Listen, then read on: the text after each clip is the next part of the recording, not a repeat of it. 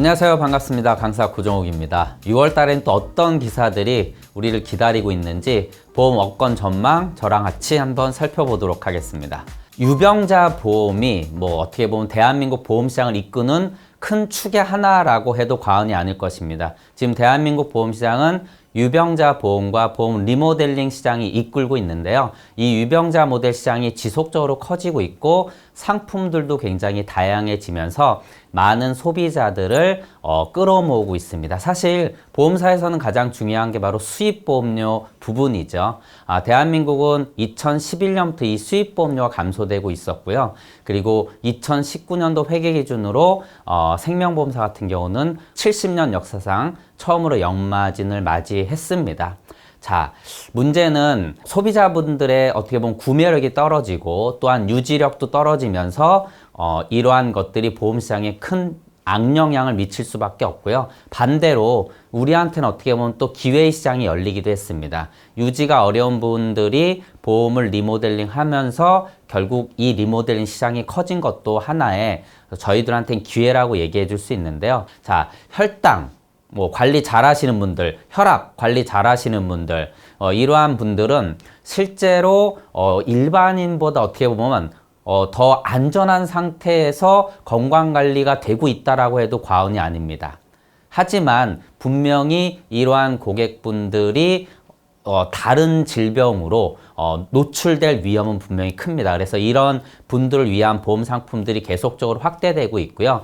예를 들어서 당뇨 보험을 말씀을 드리면은 어떤 혈당에 따라서 이거의 그 수치에 따라서 보험금을 지급하거나 하는 그러한 상품들이 지금 개발돼서 출시가 되고 있다라고 하는 것입니다.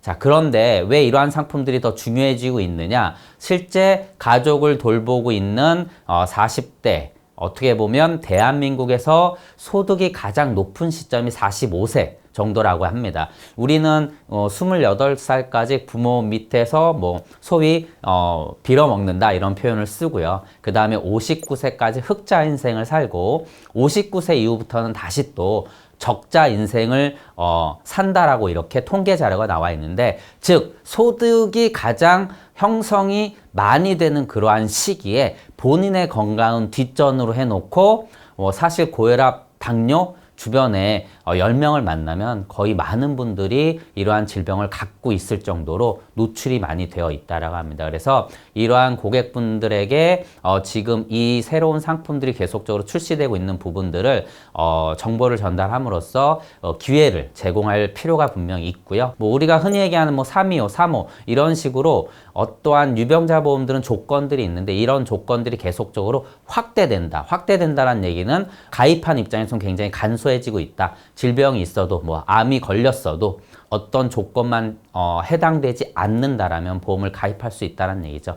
예를 들어서 325 같은 경우에 3은 최근에 질병 수술 또는 재검사 소견, 추가 검사 소견 이런 것이 없다 이런 내용이고요. 3개월 이내. 그 다음에 2는 이제 2년 내 수술 또는 입원이 없었다. 그리고 5는 예를 들어서 암이나 이런 중대 질병에 대한 진단 또는 수술 입원이 없었다. 이러한 조건만 채우면 다른 질병이 있어도 가입할 수 있다라는 그러한 이제 조건, 이거를 숫자로 나열했는데 이러한 숫자들이 어떻게 보면 이제 고객 입장에서는 굉장히 간소해지고 있다. 반면에 저희는 고객을 더 확보할 수 있는 그러한 시장이 열린 거기 때문에 이러한 부분들을 잘 숙지하고 변화되는 것들을 우리가 꾸준히 살펴볼 필요가 있다라고 말씀을 드립니다. 두 번째 기사 보도록 하겠습니다. 당국 경고에도 무해지 보험 판매가 경쟁이 격화되고 있다는 내용입니다. 자, 무해지 상품 납입 중에 해지하게 되면 해지환급금이 없습니다. 굉장히 큰 리스크죠. 이 리스크를 고객이 갖는 대신에 테이킹하는 대신에 굉장히 낮은 보험료를 제공을 합니다. 그런데 이 상품이 왜 문제가 됐었냐? 보험료를 적게 내는데 납입을 완료하면 표준형과 동일한 해지환급금을 지급하다 보니까 환급률이 굉장히 높게 나옵니다. 어느 정도로 높았냐면 예를 들어서 어떤 무해지 종신보험 기준으로 말씀을 드리면 20년 납입 시점에 40세 남성 기준으로 134.1%까지 나왔습니다. 자, 종신보험이 납입 완료 시점에 134%까지 나온다. 어마어마한 거죠.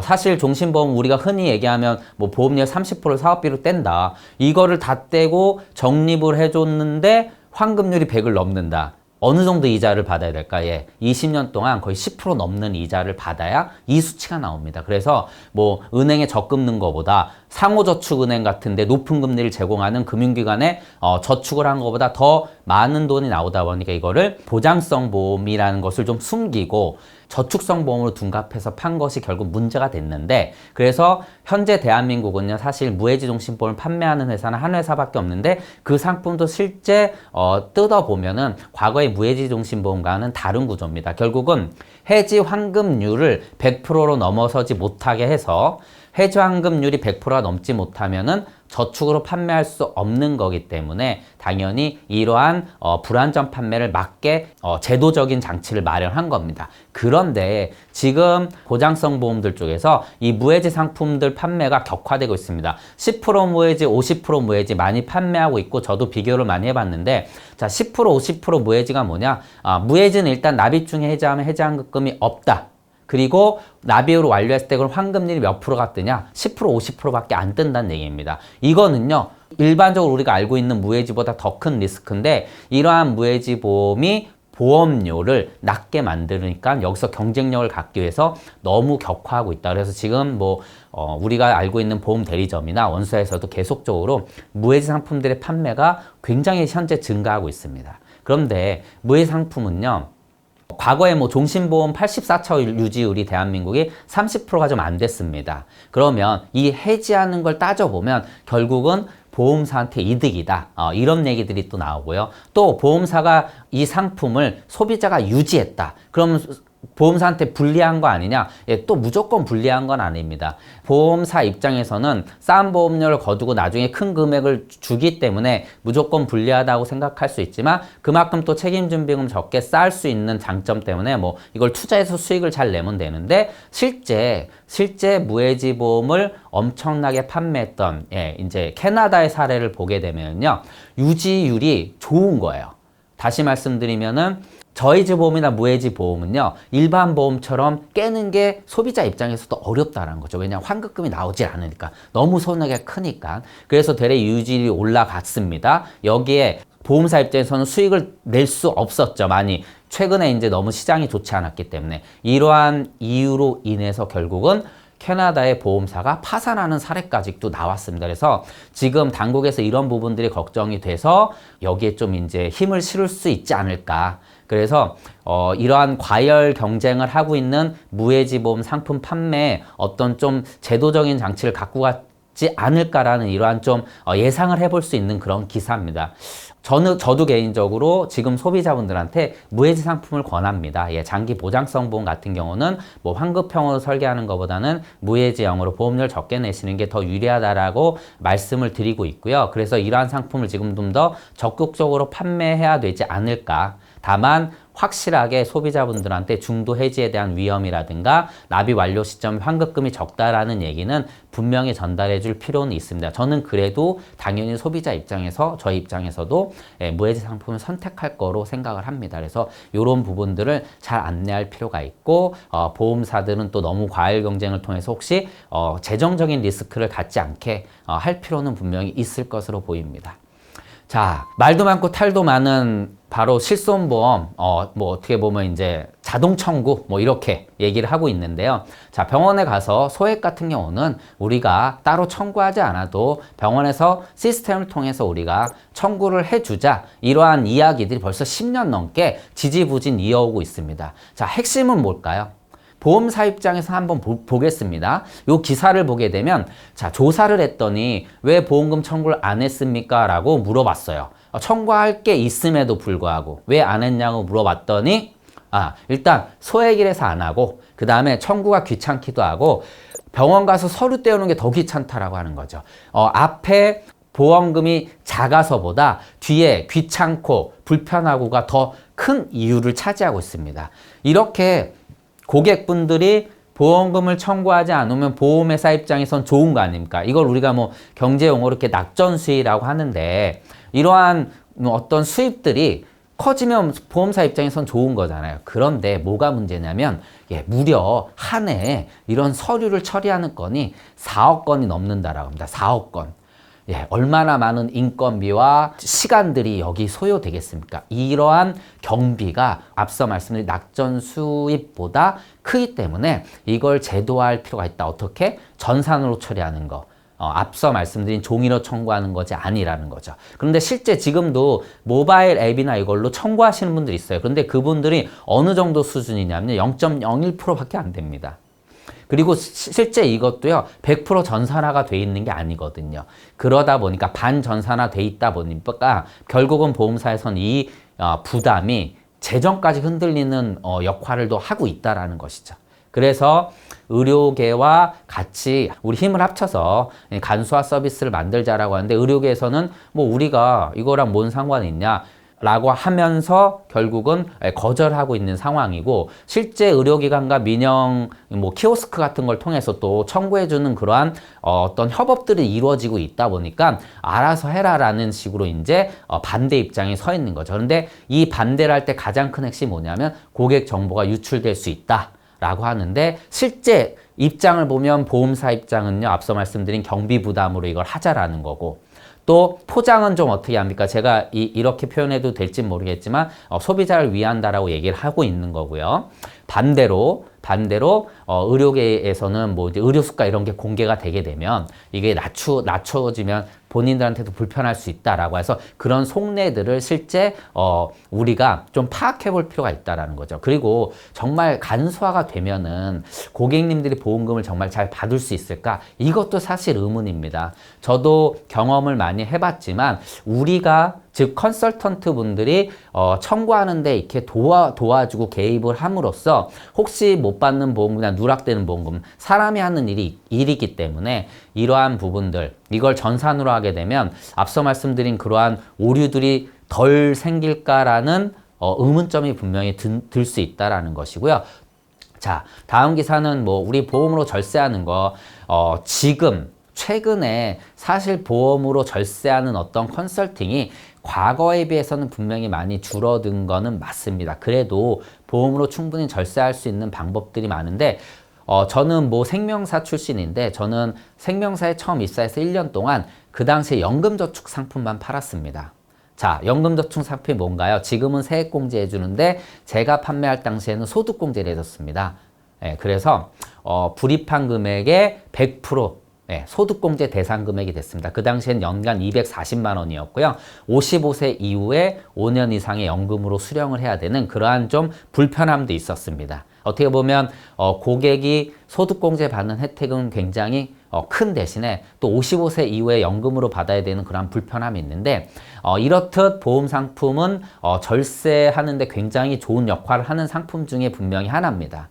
물론 이 상품을 보험이 아닌 다른 상품으로도 선택할 수 있습니다. 뭐 예를 들어서 우리가 과거로 좀 넘어가 보면 가장 대표적인 상품이 장기주택 마련 상품이었고요. 그 다음에 청약저축, 지금 이제 청약저축 종합으로 가 있는데, 이러한 것도 일부 조건을 맞추면 소득공제나 세액공제를 받을 수가 있는데, 자, 일단 보험 측면에서 보게 되면 보험도 납입한 돈보다 중간에 해지해서 받는 돈이나 만기 때 받는 돈이 납입한 원금보다 크면 당연히 그 부분을 이자 상당액으로 보고 당연히 과세를 합니다. 이게 기본 원칙이죠. 그런데 여기에 어떤 조건을 채우면 우리가 그 부분에 대해서 비과세 혜택을 주겠다라고 조건부 이제 절세 혜택을 주는 거죠. 그게 처음에 이제 뭐 아시다시피 일시금 같은 경우는 1억까지 해당이 됩니다. 근데 여기도 조건이 있죠. 10년 이상 유지해야 된다. 그리고 월납 같은 경우는 5년 이상 꾸준히 넣어야 되고요. 한도가 150이다. 그 추가 납입 한도는 한 배까지만 된다. 뭐 이런 조건을 채우게 되면 앞서 말씀드린 이자 상당액을 비과세로 처리해 주겠다는 내용입니다. 그리고 앞서 말씀드린 제가 많이 팔았다는 상품, 지금 세액공제를 해주는 상품이 뭐 절세 효과에서는 저도 판매할 당시에는 재테크 영순위, 세테크 1순위 상품이라고 얘기했을 정도였습니다. 왜냐하면 장기주택 마련 저축 같은 경우는 40%만 소득공제가 됐었지 않습니까? 예를 들어서요. 그리고 청약도 그런 조건이 굉장히 작았는데 이거는 100% 소득공제가 되는데 지금 세액공제로 바뀌었습니다.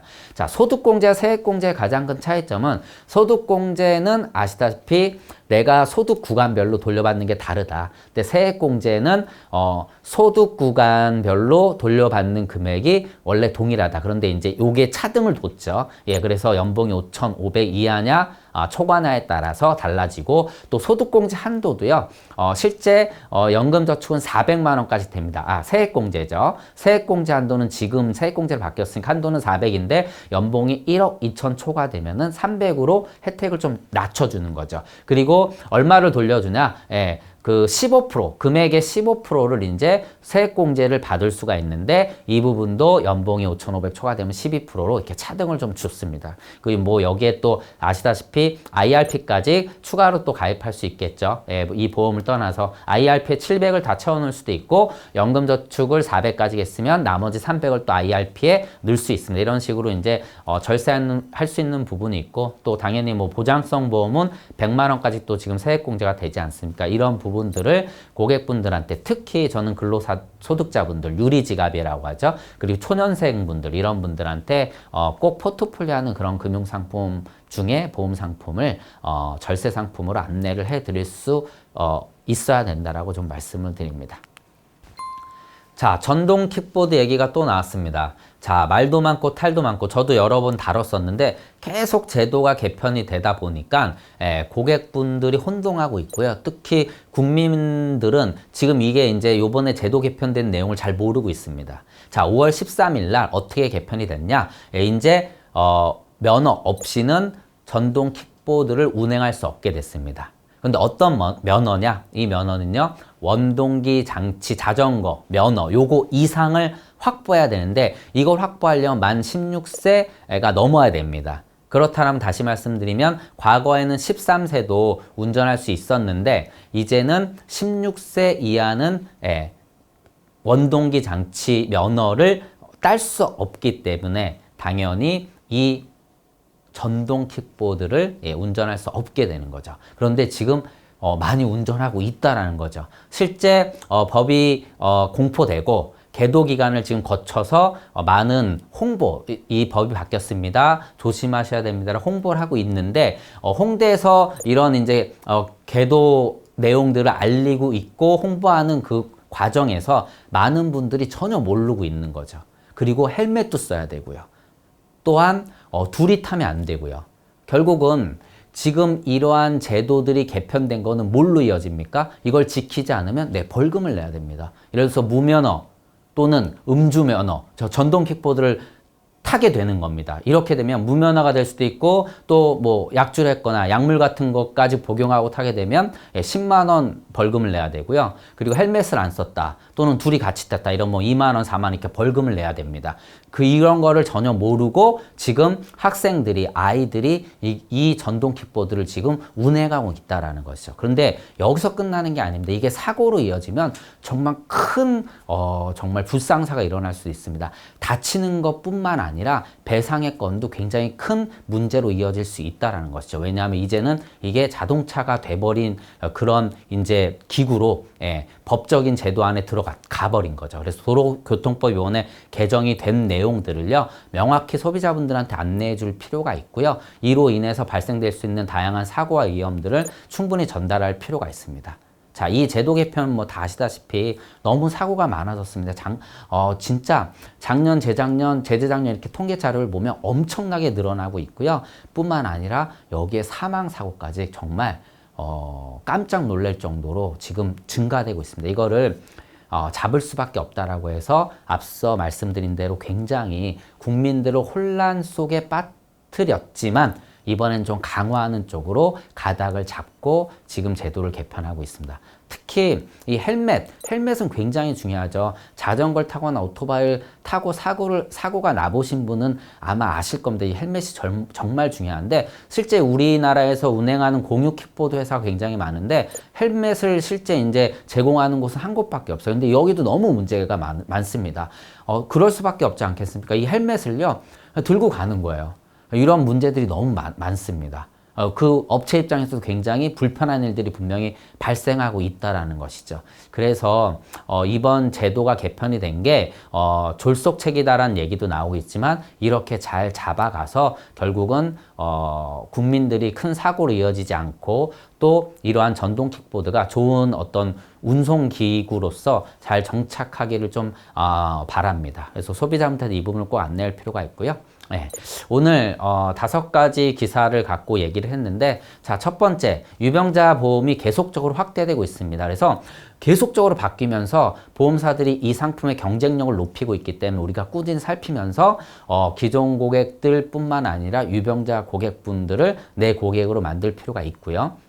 그리고 세테크, 다시 말씀드린 보험으로 절세할 수 있는 방법 안내해 드렸듯이 특히 어떻게 보면 근로소득자분들이나 또는 절세를 많이 못하고 계신 분들한테 이 보험으로서 절세할 수 있는 방법들을 같이 안내하면서 보장도 튼튼하게 해드릴 수 있는 그러한 좋은 컨설팅을 제공할 수 있다고 보고 있고요.